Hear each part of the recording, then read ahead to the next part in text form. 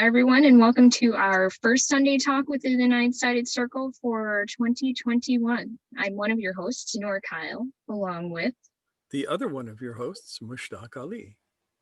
And we want to thank you for joining us. It's a brand new year, and we're looking forward to muddling through the year ahead. So what do we want to say about our usual spiel before we get into our topic tonight? All righty, usual spiel. Well, first of all, if you are watching us on YouTube, thank you for being here. Mm-hmm. If this is your first time watching us on YouTube, we're usually not this strange. We're mostly stranger. Sorry. But we would invite you to look down here and press that subscribe button so that you can be a member of this little channel, and press the little bell icon so that you can be notified every time we put up some of our glorious content. And boy, do we have cool things for you. Glorious. Yeah. Mm. Yeah, Yep. this year is going to be a great one. We have many things planned. We are going to finally release The Way of the Nomad to the public, which is going to be exciting. Mm-hmm. And we'll tell you more about that as it gets closer. And we are going to also be releasing a new course on the Enneagram, which is basically designed to not replace the ultimate Enneagram. That was sort of an off-the-cuff experiment to see what we could do. And because my friend Steve Barnes twisted my arm until I agreed to do it. But we're going to release one that is more focused on using the Enneagram as a tool for your life, in specific rather than in general. And that will be coming out in a few weeks. We thought at first we were going to do it as a format like this one where we have people and questions and answers, but I think it's actually going to be an experiment in Noor and I creating the information and then creating a way to interact with people who are interested in taking the course so that we can find a new way to do things. We want to find new and exciting ways to do things this year. Yeah, because we need to do a little growing too. So it's an experiment that we're excited to try. So those are the big news. And being as this is the beginning of the year, and being as Noor and I are as poor as church mice, we are going to begin go through our virtual town, crying out for alms from people. You, a lot of you have already donated money to the school, and we are profoundly grateful for that. Yes, thank you very much to those folks. Yeah, we want to keep encouraging people to do that because we have a lot of growing this year and we want to create some significant content. And unfortunately, we can't do that without appropriate financial backing. And we're trying to avoid doing things like Patreon because I kind of find that platform a little bit obnoxious. And I would rather only work with people who I can work with personally on this kind of stuff. So here we are, alms for the poor, alms for the poor. Alms makes me think of the Badger or whoever it was in Robin Hood, the Disney movie. That's us, man. No, it was Robin Hood dressed as a pauper. Okay. Yes. Anywho, yes. So this evening's subject matter. Tell us about that. Yeah, we are going to share a few Sufi stories with you guys. We like to do that every once in a while because it's a very traditional way of teaching and it's an important legacy that we carry forward as Sufis to share with you guys, and then you guys can share them onward yourselves. Yeah, and the specific topic tonight is Sufi stories as a reply to the Zen Koan. Yeah. Yeah, because the Zen guys, they got their stories, and their stories are very cool, and we love them. We love the Zen Koans. And Sufi stories are designed to do basically the same thing, but from a a completely different direction, interestingly enough. All of these stories are designed to shock you into a moment of awakening through what's called a pattern interruption.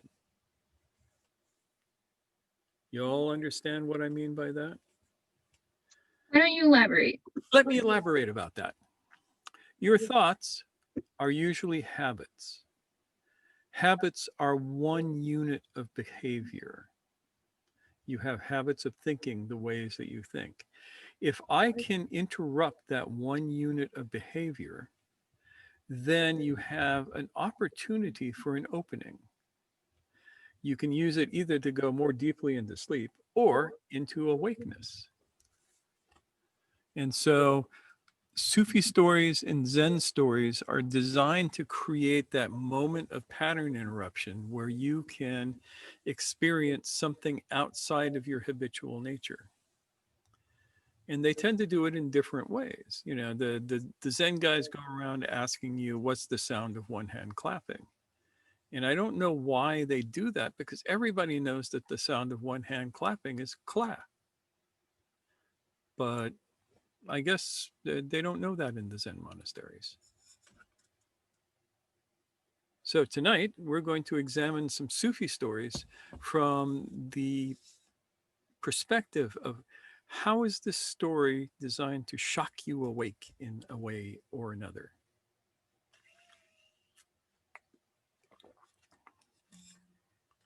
Does that make sense? Yeah, makes sense, guys. Cool. Okay. All right. Let me tell you the first story. So Moses, did you know that Moses was a Sufi? Yes, Moses was a Sufi. Or he was what Sufis were before there were Sufis. He was also a prophet, but that's a different story. So Moses gets sick, and his attendants bring him medicine. They go out and they find the best medicines they can find, and they bring them to him. They say, "Oh Moses, take this and you'll feel better." And Moses says, "No, I am going to trust that God will heal me." That night, God visits Moses. God says to Moses, "Oh Moses, don't you know that I created medicines and I created the efficacy by which they will heal the ills of the body? Didn't you know that? Why would you want to show off by having me perform a miracle when I made perfectly good medicines for you?"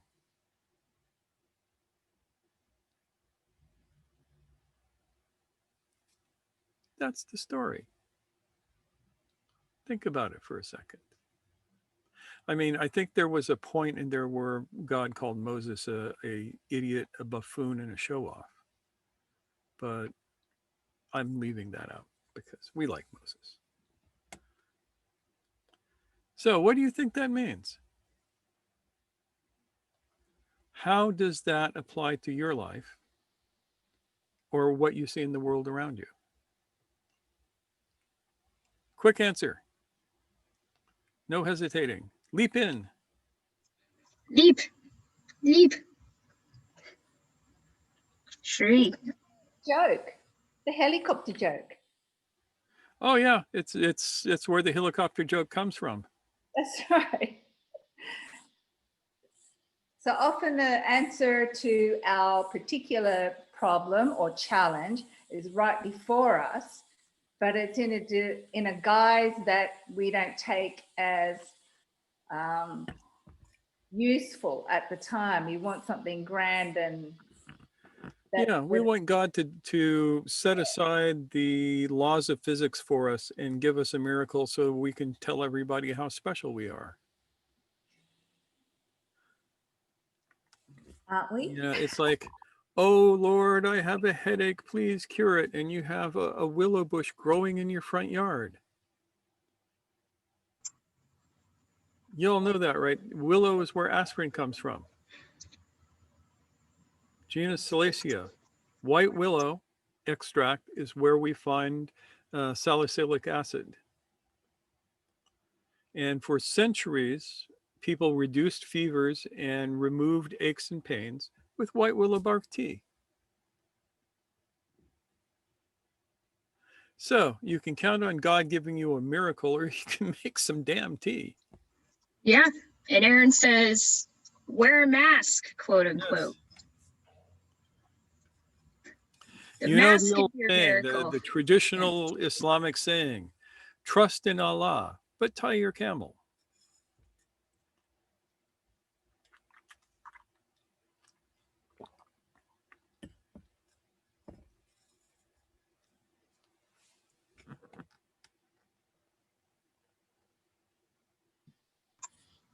I love that saying that, and when you told me about that, because in our own life, we were being remiss about locking the house. And my husband was just going, oh, it's all right, nothing will happen. And so now we have the joke to go back to, it's a nice way to actually give someone a reminder to do something properly, to lock up the house as we go, have you tied the camel up yet? Is the camel locked? So yes. I found one of the useful things about little stories like this is that you can use humor to teach, and it helps someone take that on instead of imposing an instruction on somebody. So the stories and the parables, that what you're doing today, it's a wonderful way to absorb a teaching. Absolutely. And it becomes a kind of shorthand, like, did you tie your camel? Or like, better make sure to tie our camel, that kind of thing. And yeah, so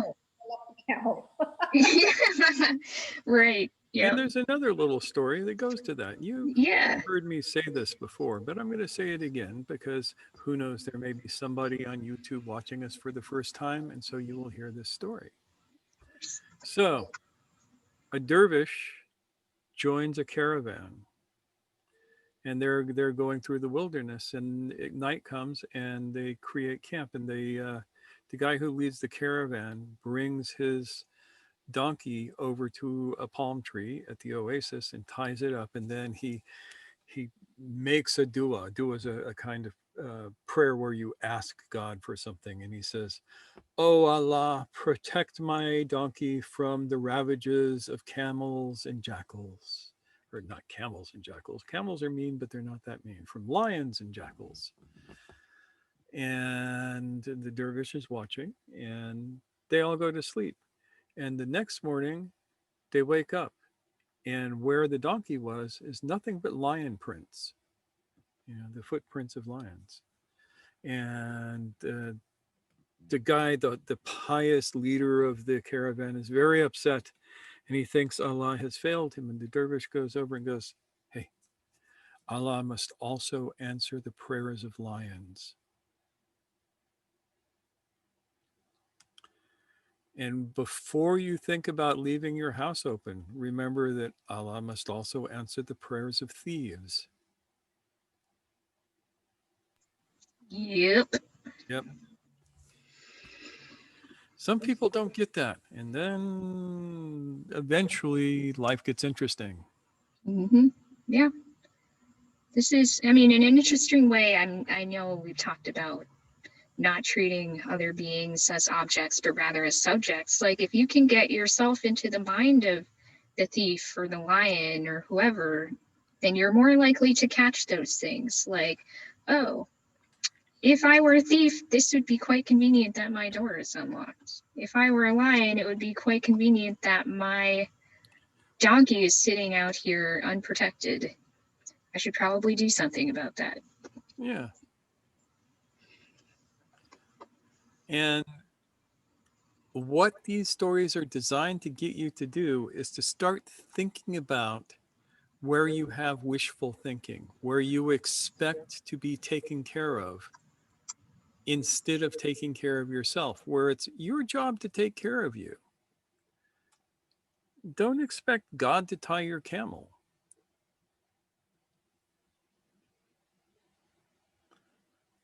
And this is something to remember. This actually relates to the law of due diligence that I have talked about, Noor has talked about at length for 2 whole videos, which will be put at the end screens of this very video. And who knows, I might pop them up elsewhere.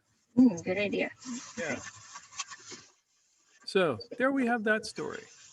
Now I will tell you another story. And then Noor will tell you a story. Yes, I will be telling you a story this evening. So Yeah. I will wait my turn. Go for it, Mushtaq. So in a village, a man gifted his son, a little boy, with a drum.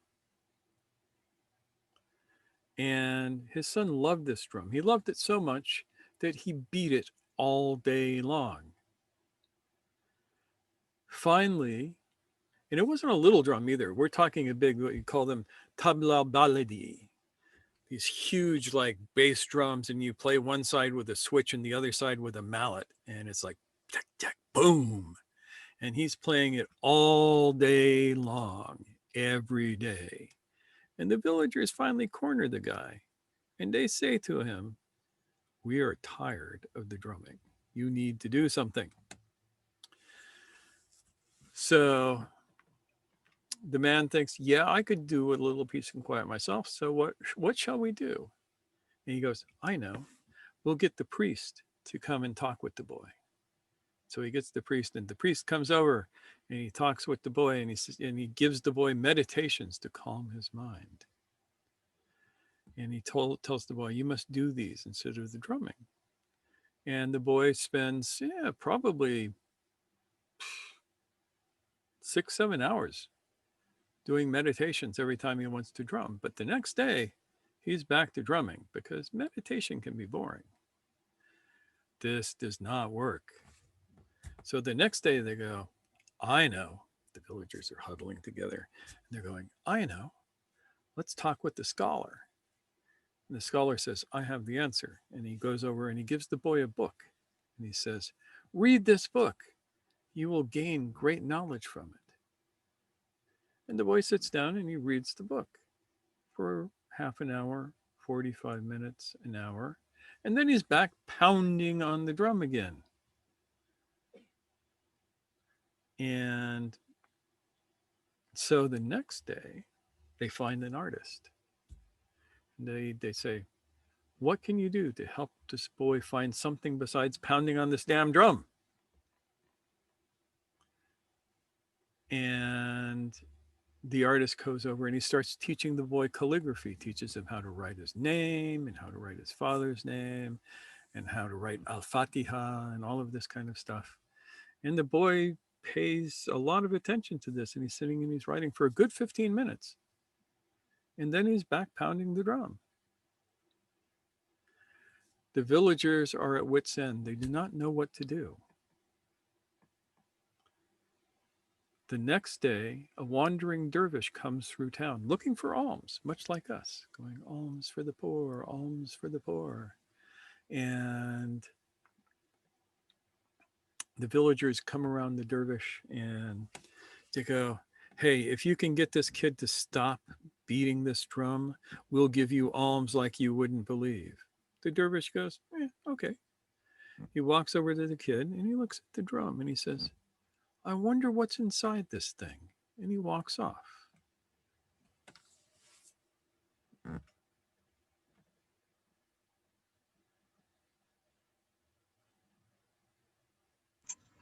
Curiosity, curiosity. What is the moral of this story?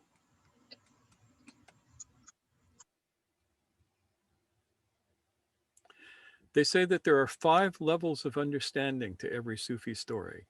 The first level of understanding, I will tell you. In order to solve the problem, you have to know what the right question is. Boom. Simple. Take it from there. Paylan, you're smart. Tell us things about this. Don't shake your head. Come on, you can do it. I'm still thinking about this one. Yeah, because the solution or the story ending was a surprise to me. That's the whole point. I was You originally remember what I told you about information theory? surprised and Yeah, how the yeah. amount of novelty in a communication. That story has a novel ending. And it makes you want to think about it. So think about it. Allow yourself to experience the novelty of that. Cherie, what do you think?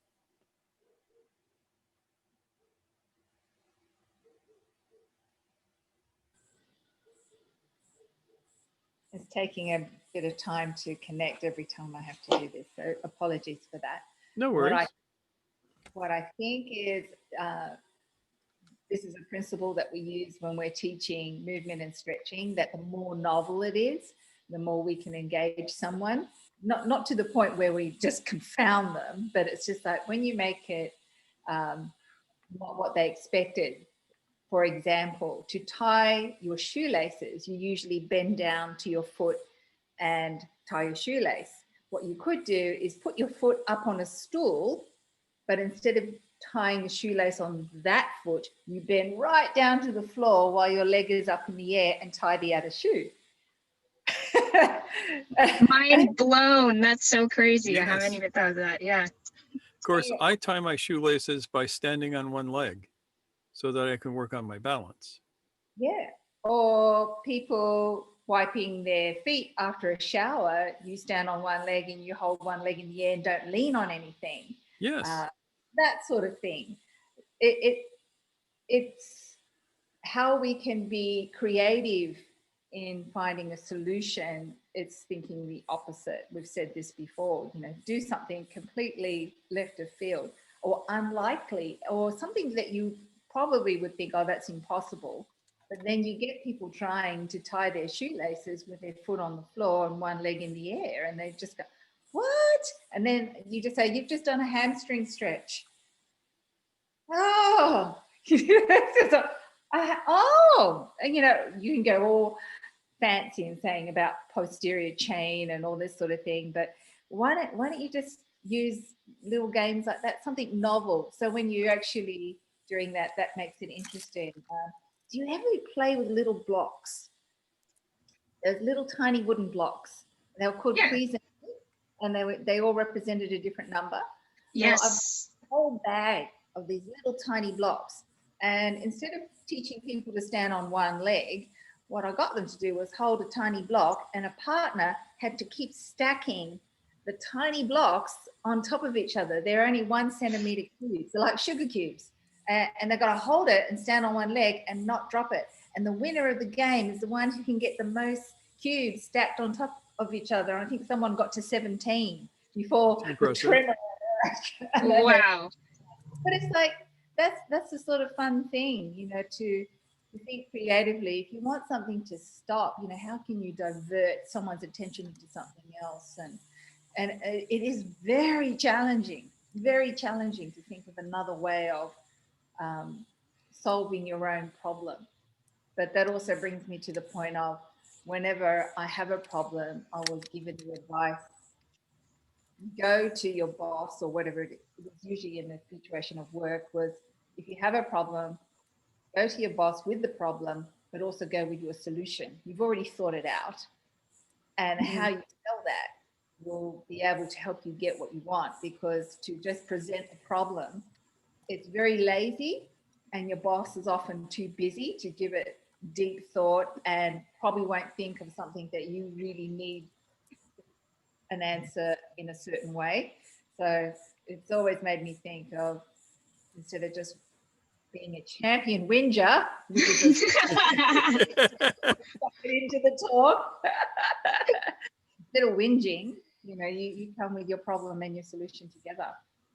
But can you And make that gets us to the next layer of this story, which is, in order to solve the problem, you have to understand human nature if it's a human problem. You have to understand computer nature if it's a computer problem. You have to understand weather nature if it's a weather problem. So there's 2 layers right there. Who can separate the 2 layers?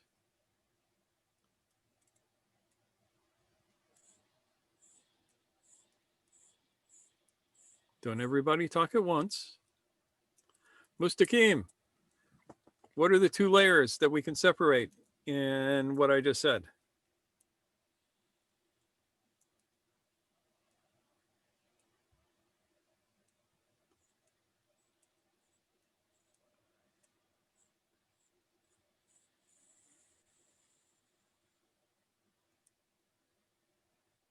No?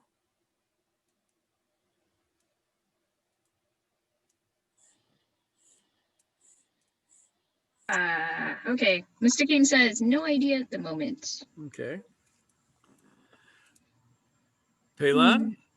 Well, I mean, this definitely, this story explained this way reminds me of a lot of other possibility, like my own life experiences. But I mean, the first is there is something wrong, right? And then of all the different ways to tackle it, it's almost like what is the actual question to ask? Because if one asks the wrong question, they go off solving the wrong problem, and so then the original problem does not get solved. And then once the right question is asked, then it becomes what are the actual applicable laws of physics for this right question? So that's how I'm seeing at least those two layers. Yeah. So in what I was just speaking of, it's very close to that. It is what is the realm of the problem? If you understand that every problem is in a particular realm, for lack of a better word, and then what is the nature of that realm? And in this case, the problem is in the realm of children, and the nature is the nature of a child. I'm not going to tell you the last level of this. You guys are going to have to contemplate that. But if you understand that, you understand why the dervish asked the right question. Why did the dervish ask the right question instead of trying to get the kid to do something else?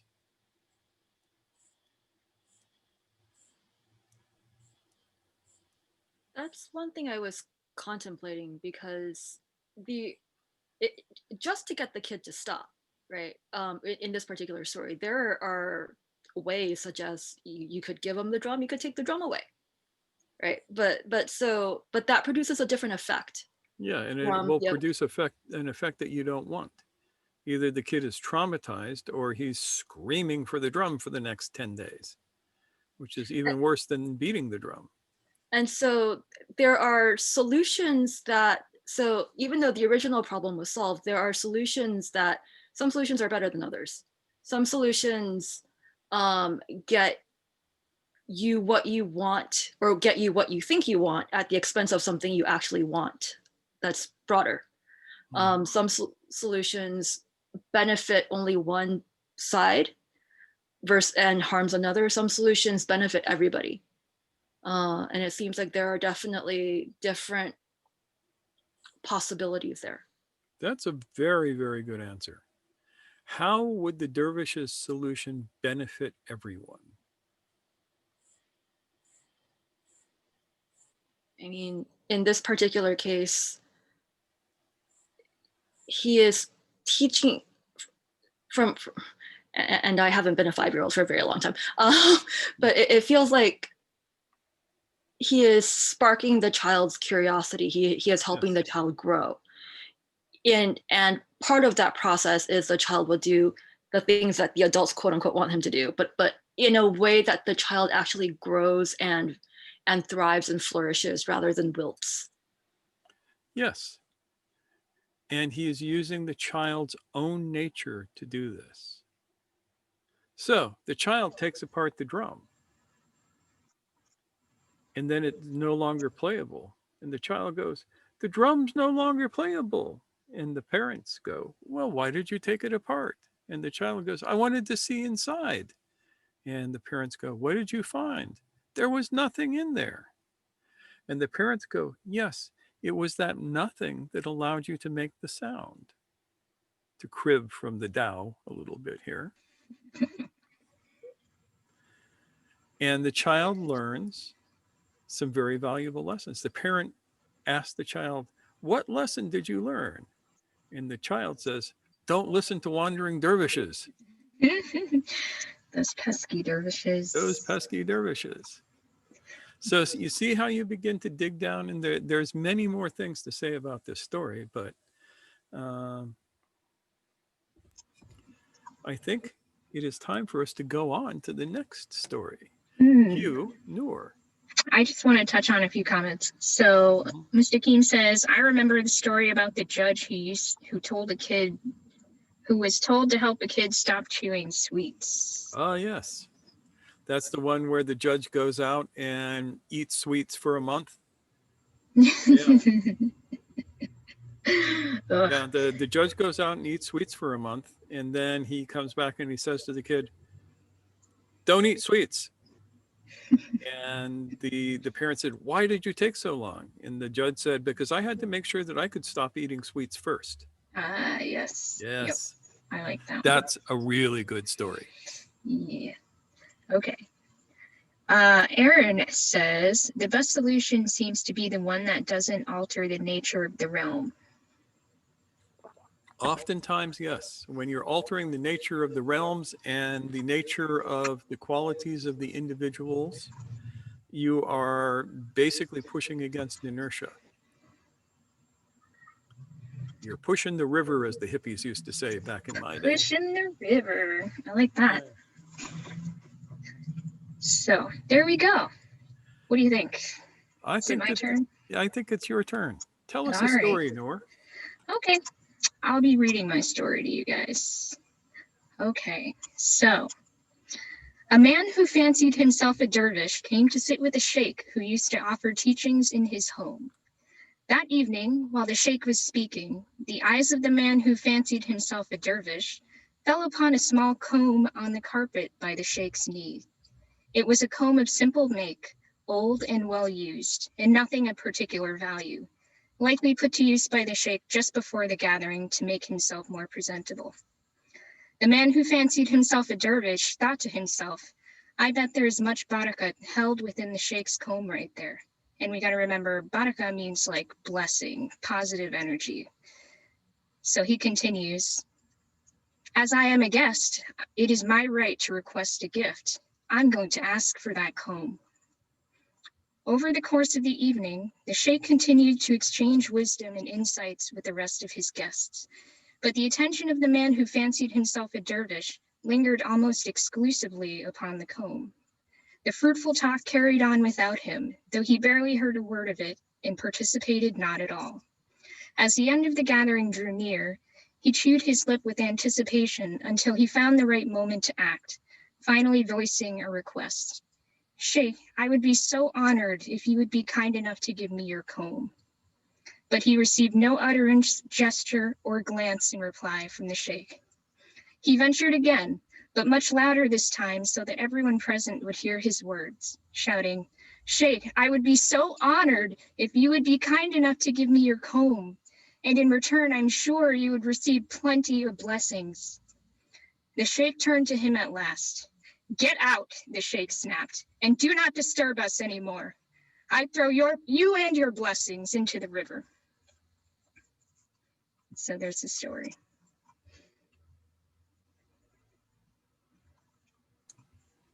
That is a good story. And I have to tell you that Noor created that story herself from an old story that was like 2 lines. She wasn't brave enough to just tell it to you. She had to write it down, but she's still learning. I'm working on it. Yep. So, what are the layers of this story? How can this story help you to wake up? What is the most important thing about this story?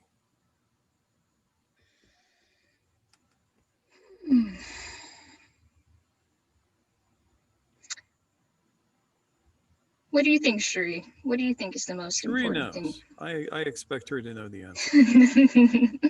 No pressure, though. No pressure at all. My impression was that the man was entirely focused on himself. Mm. Yeah, I mean, Yeah. that's definitely a big, big piece of it. And there's two sides to that coin in this. Hmm. Tell us about that.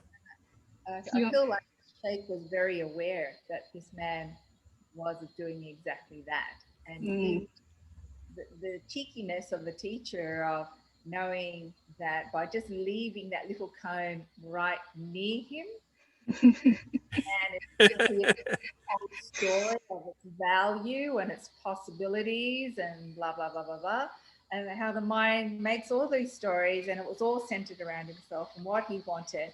And the Sheikh could see right through him to the very end, to see, gave him every possible chance of redeeming himself and actually coming back to presence and listen and hear what's actually happening and not focusing on the cone. Yeah. Sometimes we're always, we do that. We focus on something and it's such a tiny part of the picture of something, and we lose all sense of what the bigger picture is and all sense of others. And you talk about void and being able to sense all of that. There was none of that. Yeah. And he was focused on the wrong thing, you know? Yeah, if you were sitting in Sobah with an awakened person, and all you can do is hope that you can get some sort of magical benefit from their comb when they're likely telling you the secrets of the universe right then and there. They're sitting right there. And yet you're focused on the comb. You do these things all the time. Yeah, and that tells you there's a lot of things that says. It talks about the nature of human beings to want this simple thing. Oh, if I have this talisman, right? If I have this talisman, I will have some power from it. Yeah. When the real power is from the teachings of the person who's using that talisman to comb their hair, because it's just the damn comb. Yep. It's just a damn comb. Yep. In Sufi circles, they talk about in the lineages. Oh, this saint was given the staff of Salman Farsi or the staff of Bahauddin Naqshband. The right? mantle of so and so. Yeah.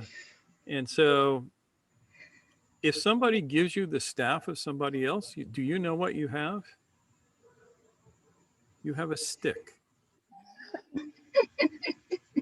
Mr. Keem says people want the shortcut. Yeah. Yes. People always want the shortcut. Yeah. I think there's also one more thing that as a detail you added to the story at the end when he said to the sheikh, if you give me your comb, you will receive blessings from God. And Yes. I found that odd and funny in the sense of he believes that it's transactional. Right. It's almost like a bribe, like, give me your comb and you'll get stuff for it. Yep. Nope, it doesn't work like that. If it's transactional, it's not working.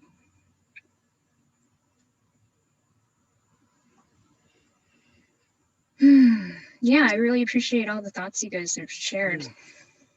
Thank you. Remember, it's not our stories that make this worth listening to. It's your responses to the stories, because you're seeing things that nobody else in the world is going to see exactly the way you see it. I expect you all to be able to articulate that. No pressure, but I expect it. Fun. Yep.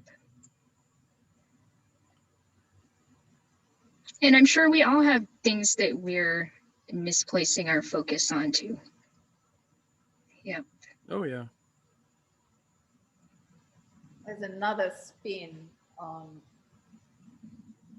things that we have and own.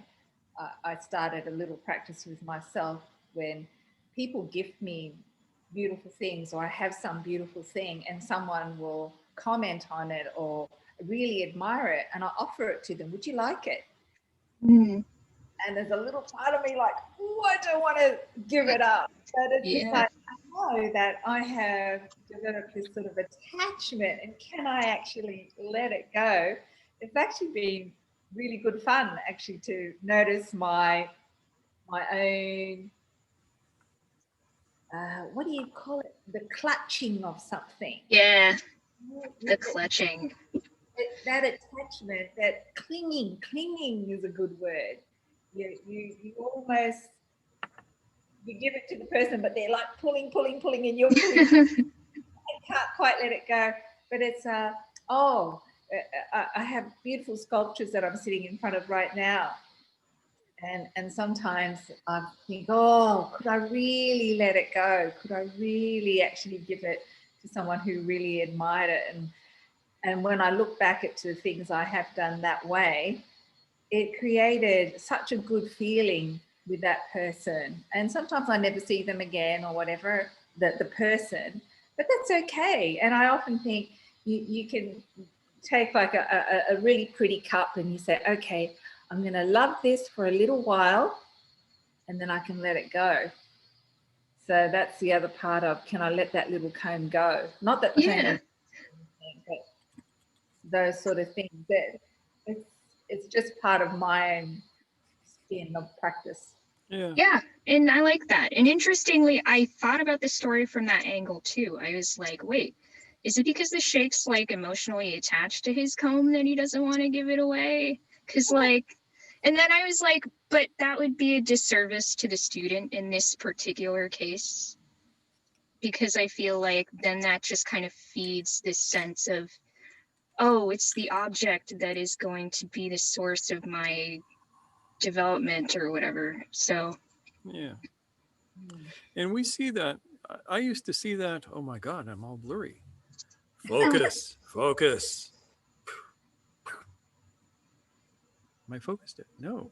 Oh well, I'm slightly out of sync with the rest of the universe. Sorry. Um, so when I was younger, there was this fad of shamanism going on in the United States, and I would hang out with these guys.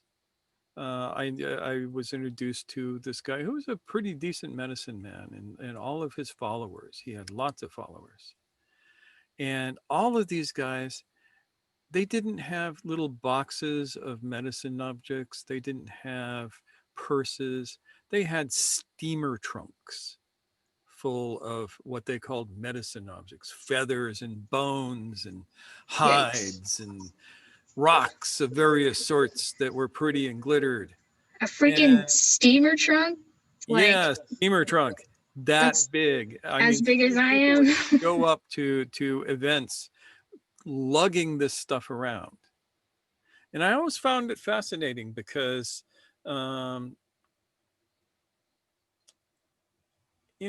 I grew up around real medicine men, around real shamans.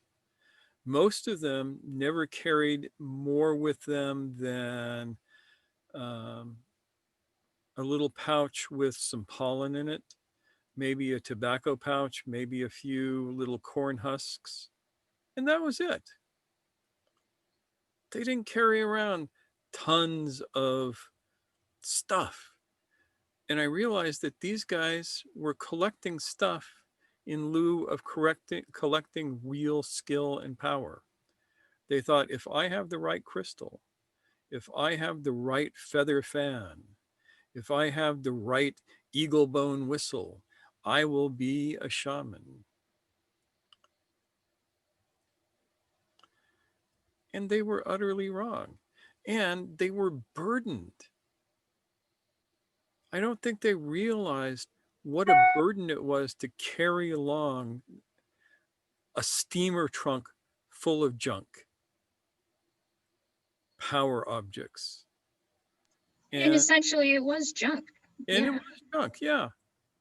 I mean, it was very expensive junk, but it was junk.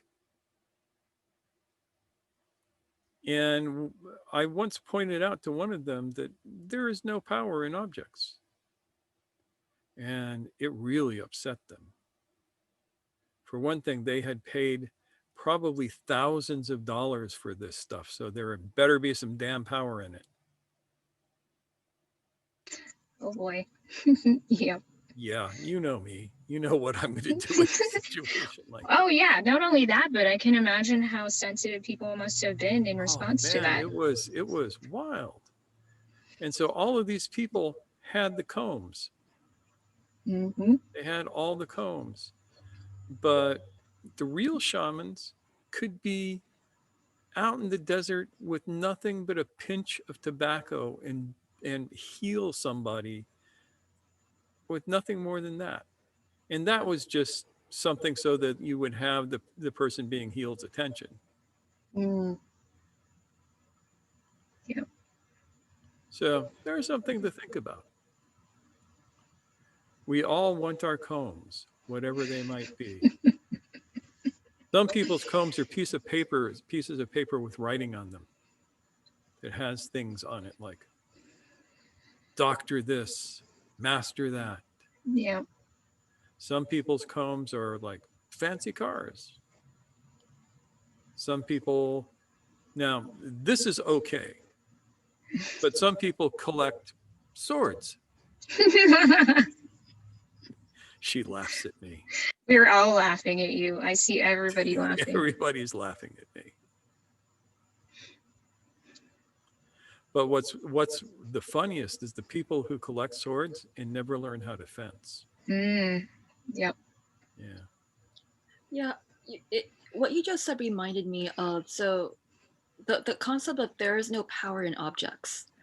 And yet, for some people, when they see a particular object, there is, from human nature, a certain psychological priming or psychological anchoring. And so I can see that effect, and I can see a usefulness for certain things as a reminder. But as you were saying, that thing is only a reminder for you to move forward. Yeah. And you have to keep moving forward and making progress rather than that thing being the substitute for the progress. Yeah, and you have to remember that I'm going to give you an example.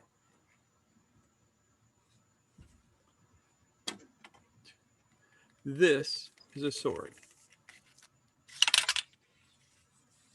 It's a very good sword. It is a magic sword. Do you know why this sword is magic? No, what's that? Because I know how to use it. This sword only has meaning in my hand. Mm, that's a good way to put it. Yep. And this is a particularly beautiful sword. Beautiful. Look at that. It's very similar to the sword that Gustav Vasa, King of Sweden, carried back in like the 14th century.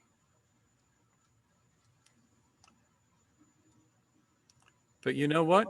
Sitting over there, it's an inert piece of steel. It's nothing without the hand that holds it.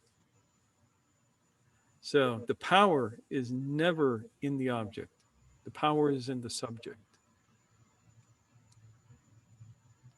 You could even say, no object has power. And you go, what about guns?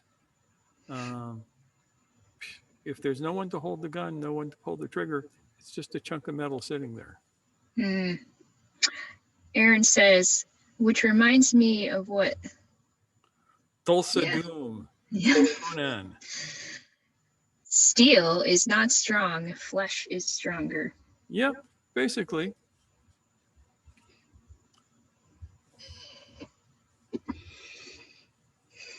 Yeah, there's a lot of layers in this stuff. Yeah, there's a lot of layers in this stuff. So we have time for one more story. Are you ready? I'm going to tell you an old story. Some of you heard it before, but you could hear it again. It's one of my favorites. And it's about my favorite story character of all times, a fellow by the name of Mullah Nasruddin Hoja. Mullah is a variation of the word Molana, which means our master. Nasruddin is a proper name, It means, there's a number of different ways you can translate it, but it's a good name. And Hoja is a title. It's literally Hojatullah, which means that he's a kind of scholar. But our Mullah Nasruddin is not just a scholar, he's a madman and a dervish. So Mullah Nasruddin would show up at the border between Turkey and Iran every month with a string of donkeys. And on each donkey was a basket, 2 baskets, and the baskets were filled with straw. And the border guards would ask him, Mullah, what are you doing? And he would look at them and he would say, I'm smuggling. And they would go through everything that he had, right? And they couldn't find anything, so they had to let him go.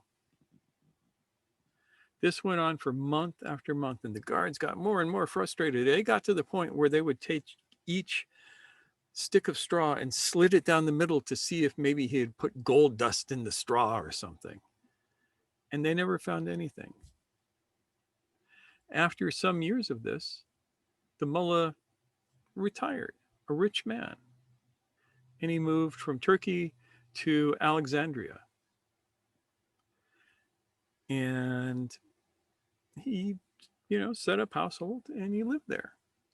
Some years later, as the mullah was walking through the great market of Alexandria, one of the Persian border guards was there. He had also retired and he was visiting relatives, and he saw the mullah and he ran up to the mullah and he grabbed the hem of his cloak and he said, Mullah, you must tell me, after all these years, we could never catch you. Tell me what you were smuggling.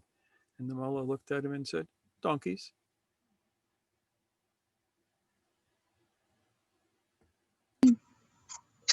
Hidden in plain sight.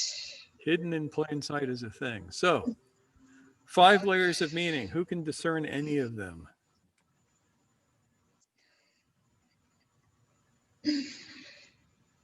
I'll give you the easiest one. Expectations will screw you over. If you have expectations, you're going to see what you want to see, not what is.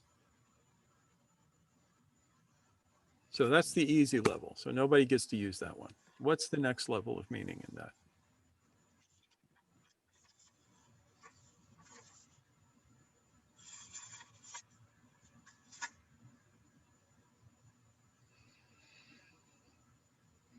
So I'm not sure how related this is to the first one, but so the guards believed that gold was, or they were looking for the things that they expected would be smuggleable.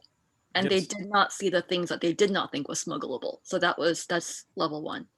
But I guess what I'm questioning right now is, how was it that they did not know that donkeys in this story was a value somewhere else?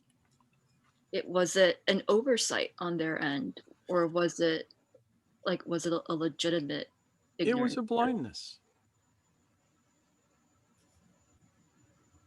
How is it, Phelan, that you do not know your own value?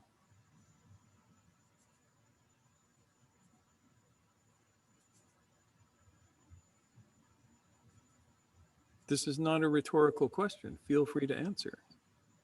I believe value is determined by the people on the receiving end. That's a belief. That's your belief.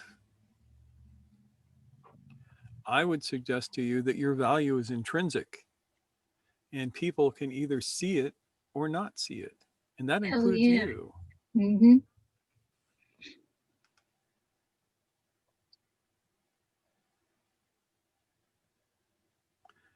Why is gold valuable? Because everybody says it is. That's exactly true. Why else is gold valuable? It has certain uses. Yes, and those uses can be important. What are some of the uses of gold? being a What's the noble. primary use of gold? Electronics industry is for conductivity. Oh, even more basic than that. Gold is the most malleable of metals. You can take a piece of gold and pound it out into a sheet that is fractions of a millimeter in thickness without ever having to anneal it even once. Gold is inert, it does not tarnish. Gold Shiny. can only be dissolved by aqua regia. So it does not react with almost anything.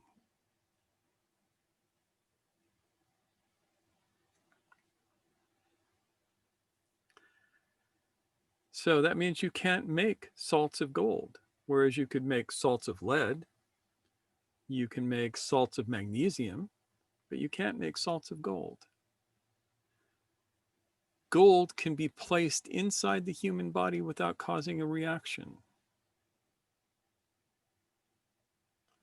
That's where you start. And then you get up to things like it is an incredibly good conductor.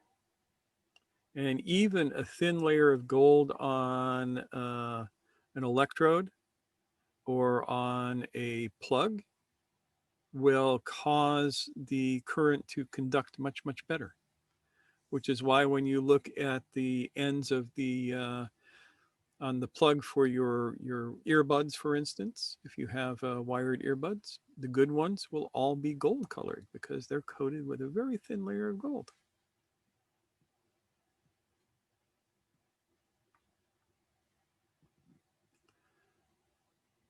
So, in just such a way, a person, say you, has all of these layers of value which are intrinsic and perhaps not obvious because people are too stupid to look.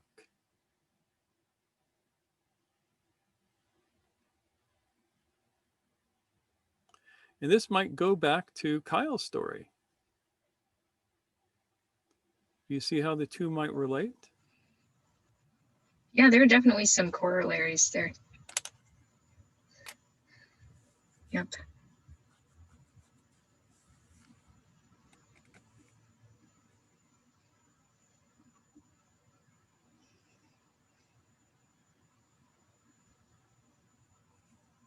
Yep. Relating in terms of the person not understanding, the person believing what's valuable, how do I say this? It's like getting what's valuable and what's not valuable mixed up in their own heads. Yep. Yeah, and Aaron adds these guys looking at all this stuff that Nasruddin's carrying, they're looking for the big score. So in a way, for them as well, like their egos are involved in that. They're looking for the big thing that they get to show off and say, look what we found. Scandal. And I got to be at the center of it. And I solved the problem. Yeah. And they're making these huge assumptions, Yep. which blind them to the truth. Listen to that. They make assumptions which blind them to the truth. They make assumptions which blind them to the truth. The source of so many of our problems. Yep.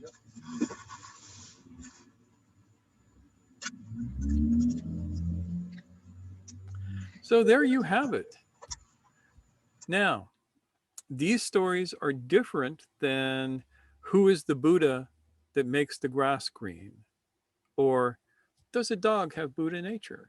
Or any of the Zen questions? Or any of the Zen stories? You know, the koan oftentimes is not just a koan, it is a whole story around the one liner.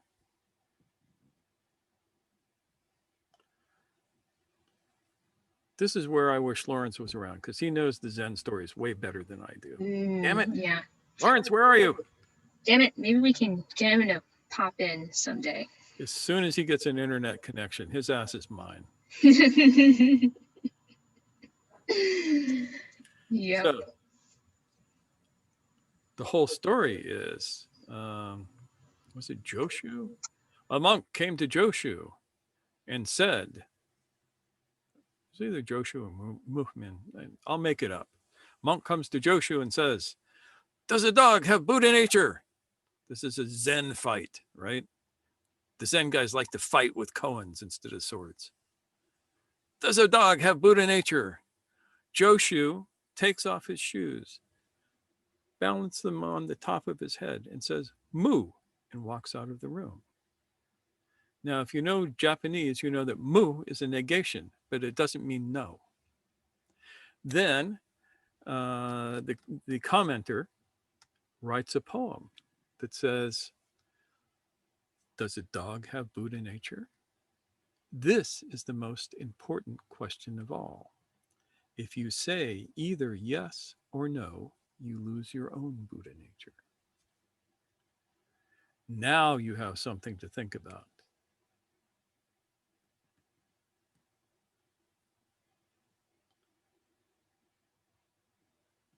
And the moment you get that one, it's like being hit by lightning.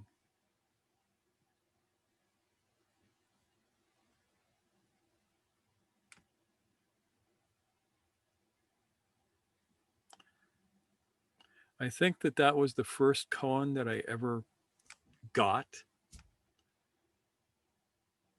at least according to the Zen guy who asked it to me. You feel hit by lightning. Yeah, I felt hit by lightning when I received the reply to it that would not get me hit with a stick. Because that's what happens if you get the koan wrong, is that the Zen guy gets to hit you with a stick. I still think that it's cheating that they get to do that. Do you feel left out? Yeah, where's the all we get is the staff of Salman Farsi, right? Yeah. Yeah, and we're not allowed to hit people with it. Mm-mm. You just got a staff. What are you going to do? And not even everybody gets one. What's up with that? Yeah, because there's only one of them. Yeah. What are you going to do? Well, there is the staff of Mushaq Ali. Or the sword, but I don't know if I'd want to be hit with that. No, that's not for hitting people, at least people who don't deserve it. That's for sharpening my own mind. Yep.